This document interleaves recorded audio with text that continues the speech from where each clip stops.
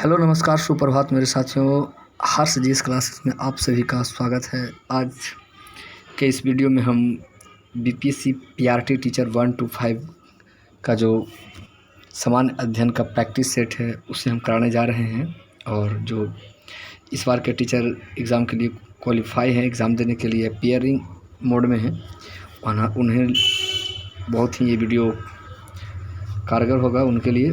और उसी का मैं प्रैक्टिस सेट के तौर पे 75 क्वेश्चन समान अध्ययन के देने जा रहा हूँ, आपके साथ डिस्कस करने जा रहा हूँ। ठीक है, तो चलिए शुरुआत करते हैं। अगर हमारे चैनल पे आप नए हैं तो ज़रूर से ज़रूर चैनल को सब्सक्राइब करें, लाइक करें, अपने दोस्तों के साथ शेयर करें।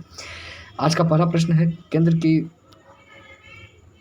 नई शिक्षा नीति को लागू करने की प्रक्रिया शुरू करने वाला देश का पहला राज्य कौन सा है? तो नई शिक्षा नीति जो है लागू करने वाला पहला राज्य बना है उत्तराखंड। ठीक है, नई शिक्षा नीति जो कि अब लागू हो गई है हमारे देश में, हमारे राज्यों में, हर जगह। ठीक है, और सरकार के भी इस पर काफ़ी सख्त नज़र है शिक्षा बेहतर सुधार करने के लिए।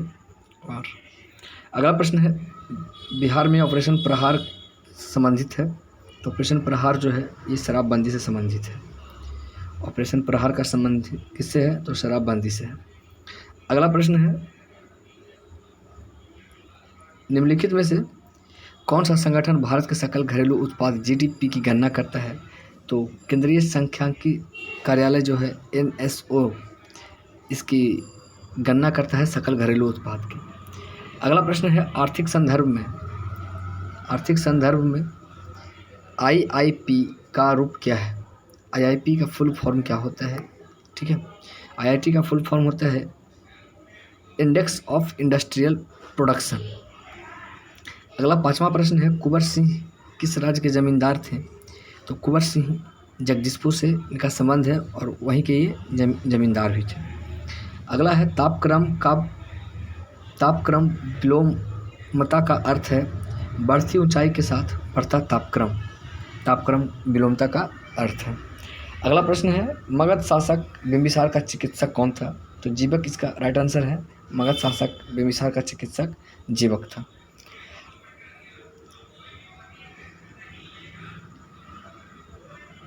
अगला प्रश्न है, बिहार में तुर्क सत्ता का वास्तविक संस्थापक कौन था? तो तुर्क सत्ता का वास्तविक संस्थापक इब्न बख्तियार खिलजी थे, तुर्क सत्ता का वास्तविक संस्थापक। अगला प्रश्न, नौवां प्रश्न है, बिहार के प्रथम भारतीय गवर्नर कौन थे? तो सत्येंद्र प्रसाद सिन्हा भारतीय गवर्नर थे और जो सीएम है वो श्री कृष्ण सिंह थे। ठीक है, अगला प्रश्न है, संथाल विद्रोह के नेता कौन थे? तो सिंधु और कान्हू संथाल विद्रोह के नेता थे। 1855-56 में के दौरान संथाल विद्रोह हुई थी।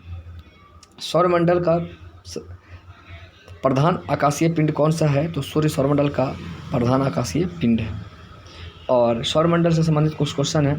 तो टोटल 8 ग्रह हैं, आपको पता होना चाहिए। 4 आंतरिक ग्रह हैं और 4 बाह्य ग्रह हैं। आंतरिक ग्रह में बुध, शुक्र, पृथ्वी, मंगल होगा और बाह्य ग्रह में बृहस्पति, शनि, अरुण, वरुण होगा। ये शनि के बारे में कुछ इंपॉर्टेंट फैक्ट्स और बृहस्पति के बारे में, पृथ्वी तो अपना ग्रह है, चंद्रमा का एकमात्र उपग्रह पृथ्वी है और बृहस्पति पीला ग्रह है, सबसे बड़ा ग्रह है, सबसे भारी ग्रह बृहस्पति है। शनि जो है ब्लैक ग्रह है शनि। ठीक है, अगला प्रश्न है, द्वितीय बौद्ध संगीति का आयोजन किसके राज्यकाल में हुआ था? तो द्वितीय बौद्ध संगीति का जो है आयोजन कालाशोक के राज्यकाल में हुआ था। याद रखिएगा, 483 ईसा पूर्व में पहला हुआ था, 383 में सेकंड हुआ था और 250 ईस्वी में थर्ड बौद्ध संगीति हुआ था और पहली शताब्दी में चतुर्थ बौद्ध संगीति हुआ था। और अजातशत्रु के काल में हुआ था ये पहला, और दूसरा कालाशोक के समय में, अशोक के समय में, और तीसरा है कालाशोक के समय में। ठीक है, फिर लास्ट वाला है कनिष्क के समय में। ठीक है, और जगह जो है कि पहले हुआ था राजगीर में, फिर सेकंड वैशाली में, थर्ड पाटलिपुत्रा में, चौथा कुंडलवन कश्मीर में हुआ था। ठीक है, अगला प्रश्न देखिए, अकबर ने इबादत खाना का निर्माण करवाया था फतेहपुर सिकरी में। इसका राइट आंसर होगा, इबादत खाना का निर्माण करवाया था अकबर ने। आर्य समाज की स्थापना कब हुई थी? 1875 ईस्वी में आर्य समाज की स्थापना हुई थी, दयानंद सरस्वती जी के द्वारा किया गया था।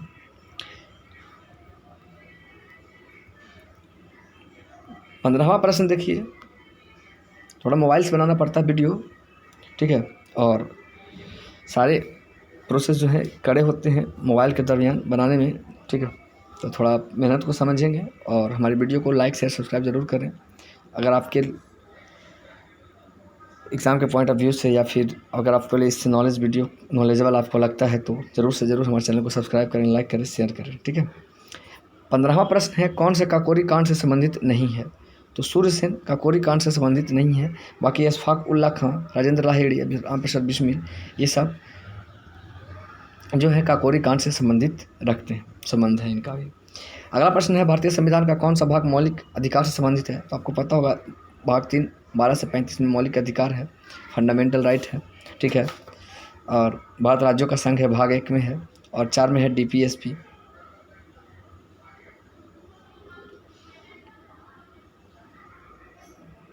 अगला प्रश्न है, पंचायती राज को सुदृढ़ करने हेतु कौन सा भारतीय संविधान संशोधन किया गया? तो 73वां संविधान संशोधन पंचायती राज से संबंधित है, ठीक है। और 24 अप्रैल 1993 को पंचायती राज दिवस ये लागू किया गया था। अगला प्रश्न है, अंतर्राष्ट्रीय न्यायालय का मुख्यालय कहाँ है? अंतर्राष्ट्रीय न्यायालय का मुख्यालय द हेग में है, ठीक है। अगला प्रश्न है, 19वां प्रश्न, जनसंख्या नियंत्रण में परिवार नियोजन विषय भारतीय संविधान के अंतर्गत किस सूची में शामिल है? तो ये जनसंख्या, वन्य जीव, वन, ये सब जो है संवर्ती सूची का विषय है, और इसे 42वां संविधान संशोधन के द्वारा जोड़ा गया था, ठीक है। और सूची अनुच्छेद 7 में सूची का वर्णन है। अगला प्रश्न है, निम्नलिखित कौन सा नीति निर्देशक तत्व सिद्धांत विदेशी नीति से संबंधित है? तो अनुच्छेद 51 जो है नीति निर्देशक तत्व से संबंधित है, ठीक है। करेवा किस प्रकार की खेती के लिए प्रसिद्ध है? तो करेवा जो है केसर की खेती के लिए प्रसिद्ध है, और ये जम्मू कश्मीर में की जाती है, ठीक है।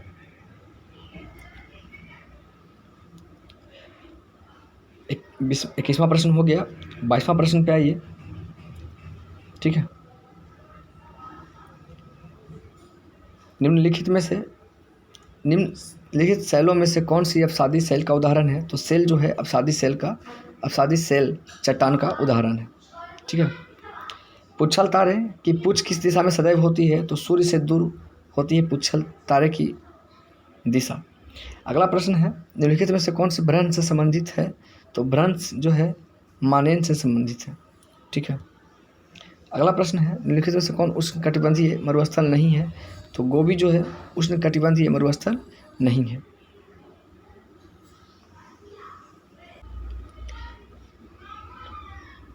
छब्बीसवां प्रश्न है, निम्नलिखित में से कौन सी शिक्षण सहायक सामग्री महाद्वीपों के अनुपातिक क्षेत्र एवं आकार के दर्शाने में सर्वाधिक उपयुक्त है?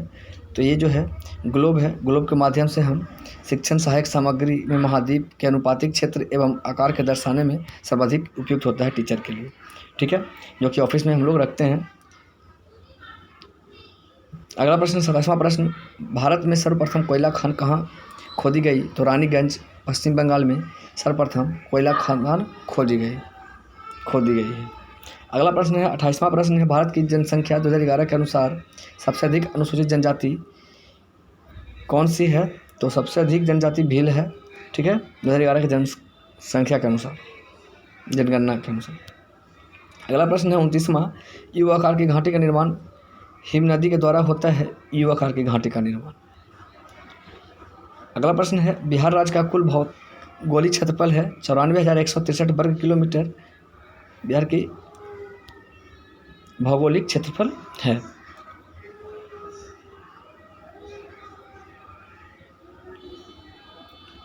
अगला प्रश्न है, राजपूत पेंटिंग के लेखक कौन है?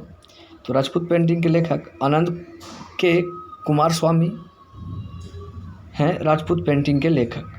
अगला है, लोक कला का संबंध किससे है? तो लोक कला का संबंध जो है क्षेत्रीय कला से है। अगला प्रश्न है, ज्यामितीय डिज़ाइन कहते हैं। तो ज्यामितीय डिज़ाइन जो है ज्यामितीय आकार से बनी आकृति को ज्यामितीय डिज़ाइन कहते हैं। एपन का संबंध किस राज्य से है? एपन का संबंध उत्तराखंड राज्य से है, ठीक है। अगला प्रश्न है, हिंदुस्तानी संगीत में श्रुतियों की कुल कितनी संख्या मानी गई है? तो टोटल 22 मानी गई। हिंदुस्तानी संगीत में श्रुतियों की कुल संख्या 22 है, खेल दिवस मेजर ध्यानचंद जी के जन्मदिन में मनाया जाता है और ये 29 अगस्त को दिवस मनाई जाती है। योग के संबंध में प्रमुख ग्रंथ योग दर्शन के लेखक है पतंजलि, महर्षि पतंजलि, और इस बार का जो योग था 2023 का, ये 9वां संस्करण था। ठीक है, याद रखेंगे। 21 जून को योग दिवस मनाया जाता है। अगला प्रश्न है, जीडन नामक प्रोटीन किस फसल से संबंधित है? तो ये मक्का से संबंधित है। जीइन नामक प्रोटीन। ठीक है। अगला है, गाय की कौन सी नस्ल दुकाजी उद्देश्य है? ये थारपारकर गाय की एक नस्ल है। ठीक है, दुकाजी उद्देश्य है। अगला प्रश्न है, भारत को कुल कितने कृषि जलवायु क्षेत्रों में बांटा गया है? तो 15 इसका राइट आंसर होगा। भारत को कुल 15 कृषि जलवायु क्षेत्रों में बांटा गया है।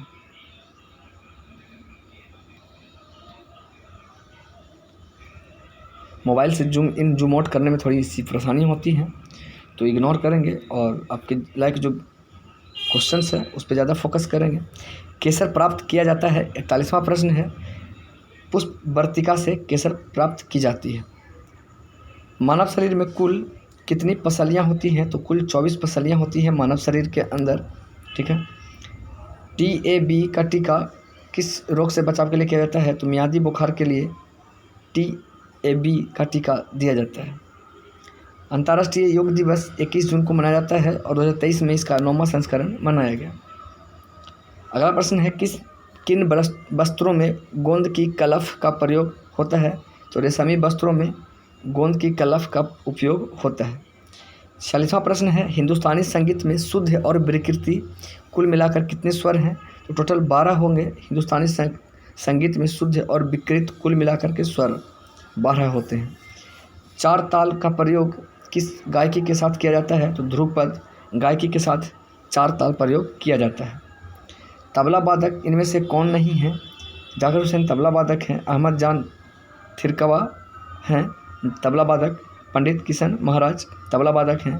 रामदास शर्मा जो कि है ये कवि है और एक अनुवादक के रूप में है, ना कि तबला वादक। अगला प्रश्न है, राष्ट्रीय खेल का आयोजन कहाँ हुआ?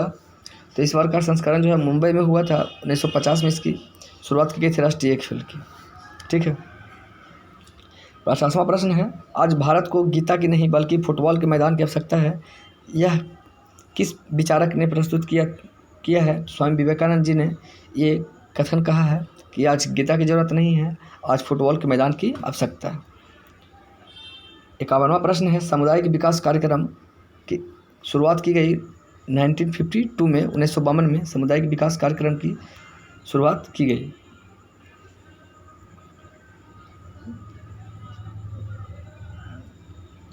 52वां प्रश्न है, भारत में उच्चतम न्यायालय के संविधान के बुनियादी ढांचों का सिद्धांत दिया केशवानंद भारती के मामले में ने उच्चतम न्यायालय में संविधान के बुनियादी ढांचों का सिद्धांत दिया है।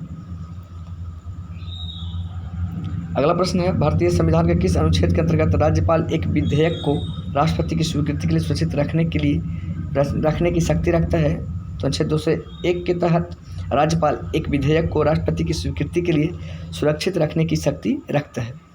कुछ अनुच्छेद जो हैं मैं ऊपर डिस्कस किया हूँ राष्ट्रपति से संबंधित। तो अनुच्छेद 213 जो है राज्यपाल के अध्यादेश के बारे में वर्णित है। 123 जो है राष्ट्रपति के अध्यादेश के बारे में है। 108 जो है संयुक्त अधिवेशन से संबंधित है। अनुच्छेद 52 जो है एक राष्ट्रपति होगा भारत का, इसकी चर्चा की गई है। 53 में राष्ट्रपति को कार्यकारी शक्ति प्रदान की गई है।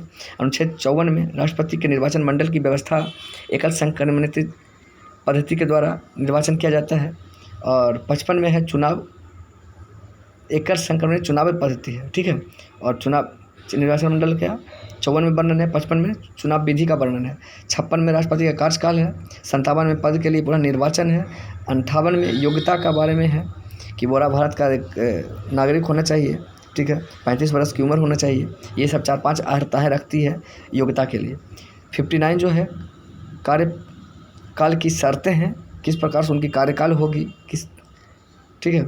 और 60 में जो है राष्ट्रपति का शपथ का वर्णन है। और 61 में महाभियोग कैसे हटाया जाएगा राष्ट्रपति को, इसके बारे में है। और 62 में है अतिरिक्त पद के बारे में है। ठीक है, चलिए अगला प्रश्न की बात करते हैं। भारत के उपराष्ट्रपति का निर्वाचन निर्वाचक मंडल द्वारा किया जाता है, जिसके सदस्य होते हैं संसद के दोनों सदनों के सभी सदस्य। भारत के उपराष्ट्रपति के निर्वाचन मंडल द्वारा किया जाता है। कौन सा देश दक्षेस का सदस्य नहीं है? तो जापान दक्षेस का सदस्य नहीं है। केंद्रीय बीज की संतति है, केंद्रीय बीज की संतति है, राइट आंसर हो जाएगा प्रजनक बीज। अगला प्रश्न है, केंद्रीय औषधीय एवं सुगंधित पौधा संस्थान स्थित है लखनऊ में। कृषि अनुसंधान संस्थान है नई दिल्ली में। भूभौतिकीय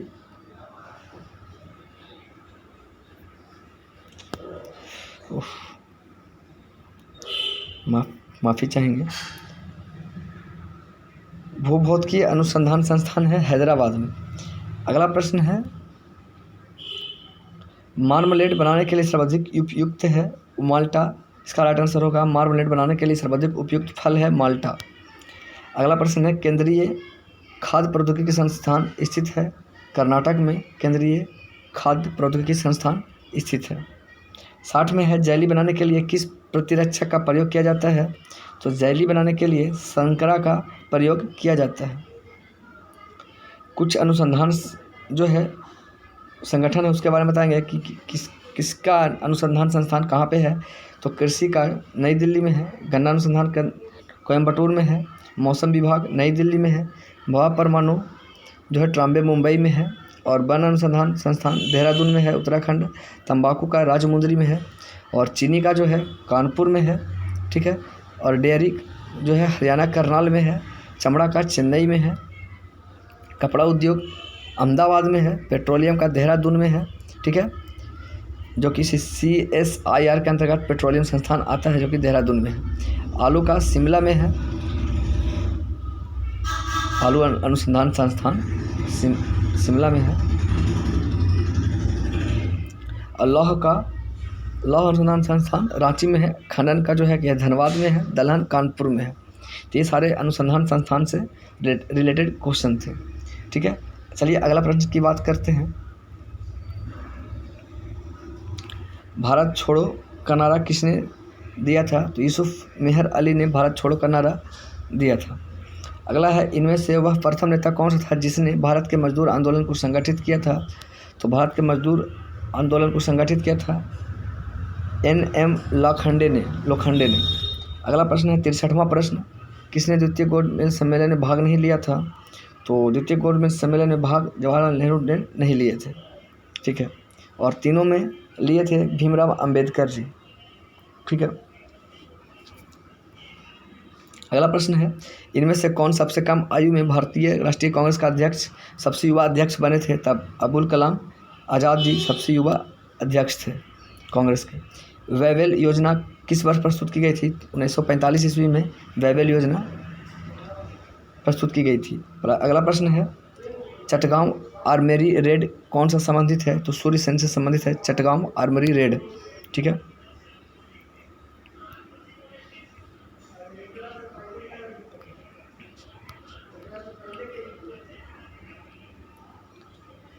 आज़ाद हिंद फौज का प्रधान कार्यालय स्थित है। आज़ाद हिंद फौज का प्रधान कार्यालय रंगून में स्थित है। अगला प्रश्न है, निम्नलिखित में से किसने गदर पार्टी का गठन किया था? तो गदर पार्टी का गठन जो है कि लाला हरदयाल जी किए थे। ठीक है, 69वां प्रश्न है, निम्नलिखित में से किसने तीनों गोलमेज सम्मेलन में भाग लिया था? तीनों गोलमेज सम्मेलन में बताया था अभी आपको, भीमराव अंबेडकर जी ने भाग लिया था, और भीमराव अंबेडकर जी ही संविधान की आत्मा कहे थे अनुच्छेद 32 के अंतर्गत में।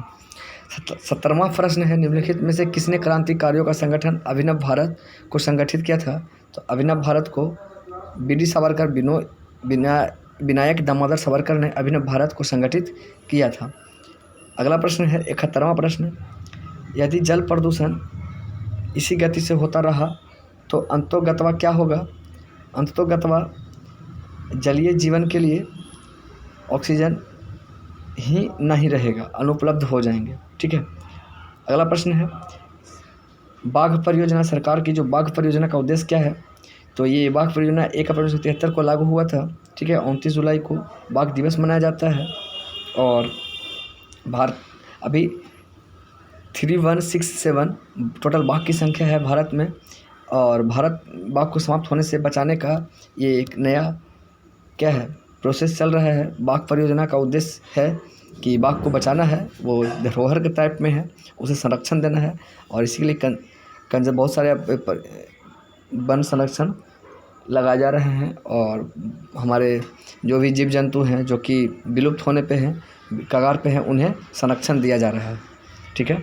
73वां प्रश्न जो है, निम्नलिखित में से कौन पक्षियों का महाद्वीप के नाम से जाना जाता है? तो दक्षिण अमेरिका जो है पंछियों का महाद्वीप के नाम से जाना जाता है। 74वां प्रश्न है, मैदानों में पारिस्थितिकी संतुलन को कायम रखने हेतु आवरण का न्यूनतम प्रतिशत है 33% है। 75वां प्रश्न, पारिस्थितिकी तंत्र की संकल्पना को प्रतिपादित किया था एजी टॉन्सले ने पारिस्थितिकी तंत्र की संकल्पना को प्रतिपादित किया था। तो ये 75 क्वेश्चन टोटल आपके जो है पीआरटी सामान्य अध्ययन प्राथमिक शिक्षा जो बहाली है, प्राथमिक विद्यालय शिक्षक का 1 to 5, ये सारे सामान्य अध्ययन के क्वेश्चन थे 1 से लेकर के 75 तक। ये सारे हम जो है कि अपने तरीके से बहुत अच्छे वे में आपके लिए मैंने वीडियो बना करके सेट प्रैक्टिस के तौर पे लाया हूँ। और कैसा लगा वीडियो ज़रूर आप बताएंगे, क्योंकि और अगर इसमें सुधार करना है या फिर इम्प्लीमेंट किसी तरह की करनी है तो आप हमें बताएं। मैं बेहतर सुधार करने का प्रयास करूँगा और आपके साथ साझा भी करूँगा। और करंट अफेयर का भी मैं डेली बेस पे लाता ही हूँ, तो ज़रूर बताएं कैसा लगा वीडियो। तो मिलते हैं फिर नेक्स्ट वीडियो में, तब तक के लिए जय हिंद, जय भारत। और अगर हमारे चैनल पर नए हैं तो हमारे चैनल को सब्सक्राइब ज़रूर करें, क्योंकि मैं थोड़ा इस पर ज़्यादा फोकस कर रहा हूँ, क्योंकि चैनल को ग्रो होना बहुत ज़रूरी है चैनल, ताकि आप लोग के माध्यम से मेरा सपोर्ट मिले, सपोर्ट पाकर मैं आगे बढ़ सकूं, बेहतर काम कर सकूं। ठीक है। तो जय हिंद, जय भारत। मिलते हैं नेक्स्ट वीडियो में, तब तक के लिए धन्यवाद। बाय।